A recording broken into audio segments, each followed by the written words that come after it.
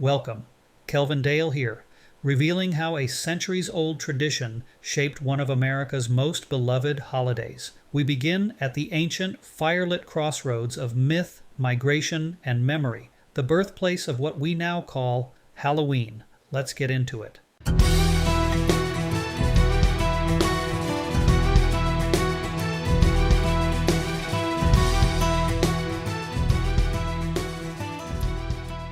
About 2,000 years ago, across the windswept lands of northwestern Europe, a festival marked a turning point in the year. It was called Samhain, a word meaning summer's end, observed on November 1st of the Old Julian calendar, the Roman calendar introduced by Julius Caesar in 46 BC, aligning today with October 31st. It signaled the close of harvest and the arrival of winter. This was not just seasonal housekeeping, it was a moment believed to thin the veil between worlds, when spirits, ancestors, and mysterious beings could step into the realm of the living.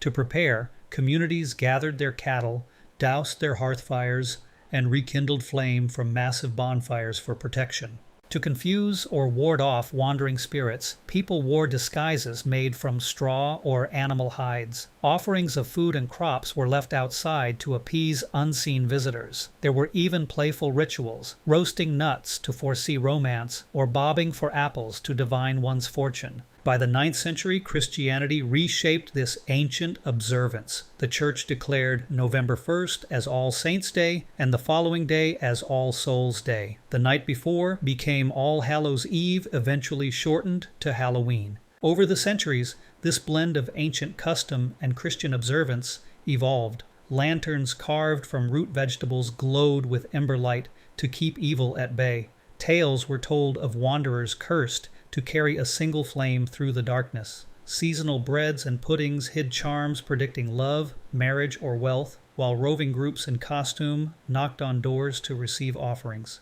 For many generations, these practices lived quietly in rural villages and small towns of Europe. But the modern transformation came later, across the Atlantic. In the mid-19th century, a devastating disaster struck one particular land, forcing over 1 million people to emigrate to the United States. Carrying little but memory and tradition, they brought their autumn customs to American cities like New York, Boston, and Philadelphia. As they adapted to a new world, the vegetable lights evolved into what people called jack-o'-lanterns. The term originated as a nickname for an ancient night watchman with a mysterious swamp light, eventually inspiring a folktale about a man cursed to wander the earth with a burning coal inside a hollowed-out turnip. This tradition evolved as people transitioned to carving native pumpkins, which were much larger and easier to shape into protective lanterns. By the early 20th century, communities helped shape the holiday into school events and parades. The phrase "trick or treat" first appeared in Canada during the 1920s and swept through the U.S. by the 1930s. After World War II, Halloween blossomed into a joyful, child-centered celebration, fused with American creativity and enterprise, growing from a fireside ritual to an $11 billion cultural phenomenon.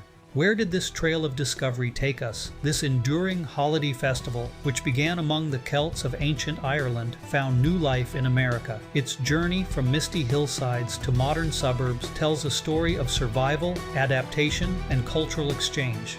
Irish tradition helped shape an American legacy now celebrated around the world. Thanks so much for watching. If you are Irish, your roots are from Ireland, or would like to be among the honorary Irish, you're at the right place. Please take a moment to like, subscribe, click on the notification bell, or even leave me a comment. Until next time, keep that Irish twinkle in your eye.